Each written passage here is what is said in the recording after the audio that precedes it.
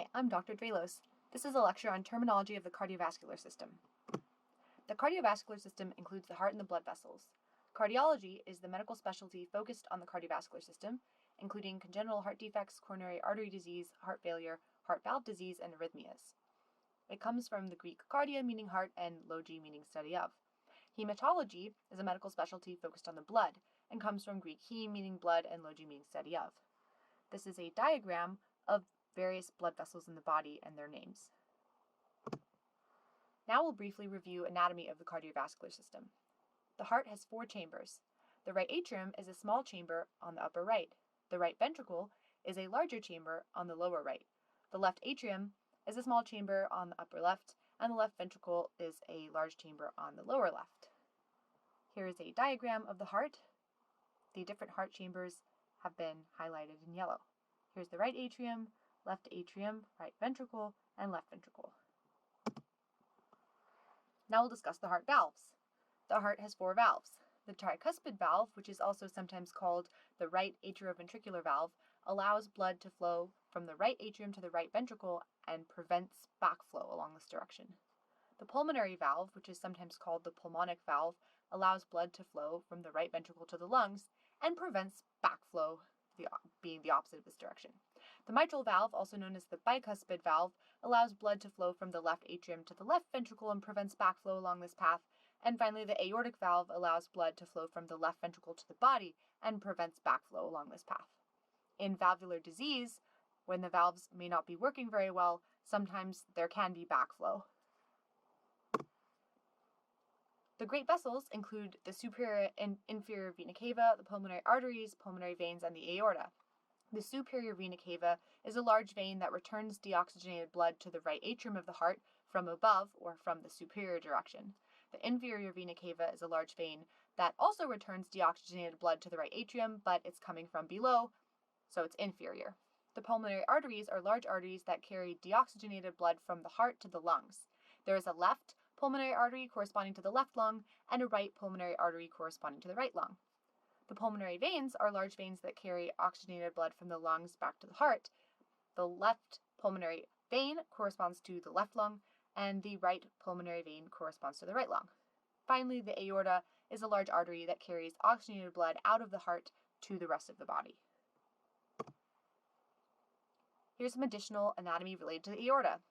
The aorta has an ascending part, the ascending aorta, the aortic arch, the descending thoracic aorta, the suprarenal abdominal aorta, and infrarenal aorta. The aorta also branches into other vessels which are shown in this diagram.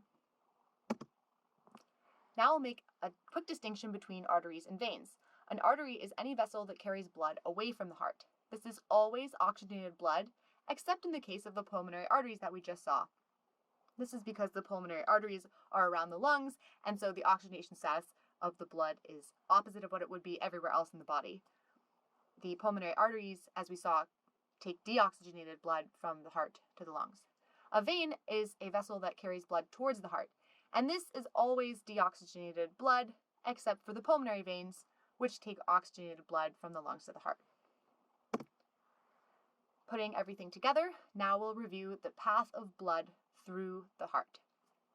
From the body, blood flows into the superior and inferior vena cava, the great vessel, goes into the right atrium, chamber of the heart, through the tricuspid valve into the right ventricle, another chamber of the heart, through the pulmonary valve into the pulmonary arteries, a great vessel, into the lungs, where the blood is oxygenated, into the pulmonary veins, another great vessel, into the left atrium, a chamber of the heart, through the mitral valve, into the left ventricle, another chamber of the heart, through the aortic valve, into the aorta, a great vessel, and finally to the body as oxygenated blood. As the blood passes through the body, it becomes deoxygenated again. These are some diagrams showing blood flowing through the heart and illustrations of the heart pumping.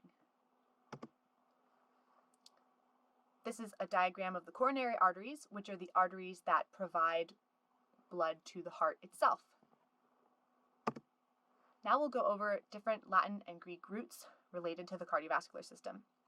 Angi means vessel, for example, angiogram, which is a scan that shows blood flow through the arteries, veins, or the heart.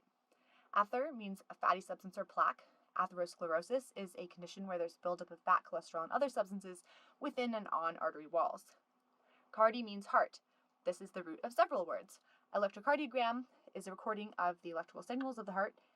Endocardium comes from endo, within. This is the membrane that lines the inside of the chambers of the heart.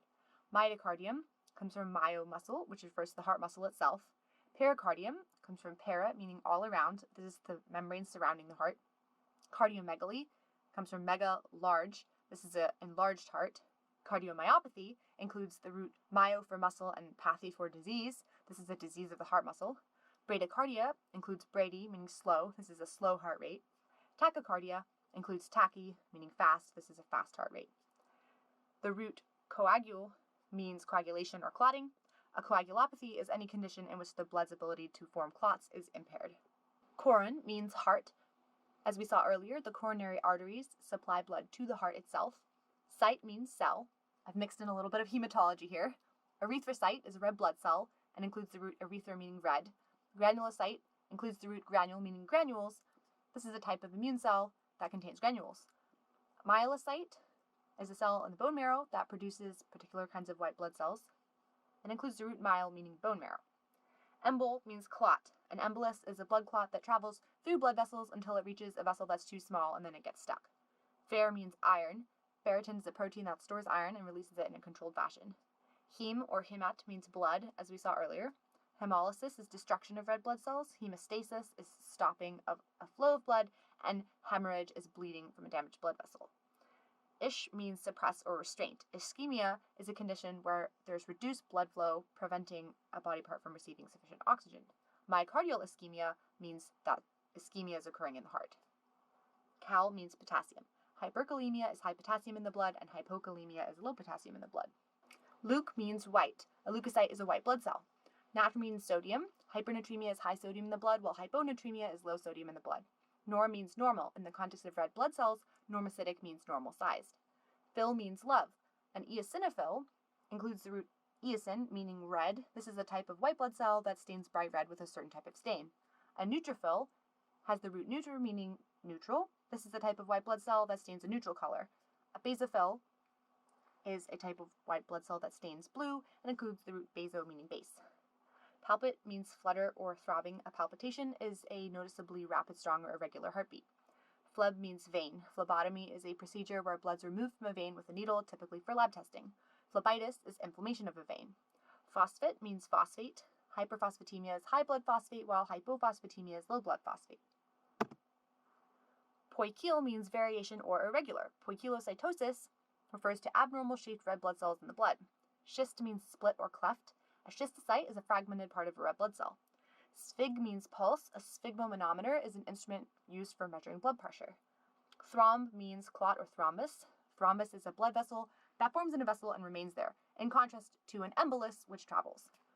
Thrombolytic is a drug that breaks up a blood clot. Vas means vessel. Vasculopathy is a disease that affects blood vessels. And finally, ven means vein. Venipuncture is a puncture of a vein as part of medical procedure, typically to remove blood or give an IV injection. Thank you for listening to my lecture today.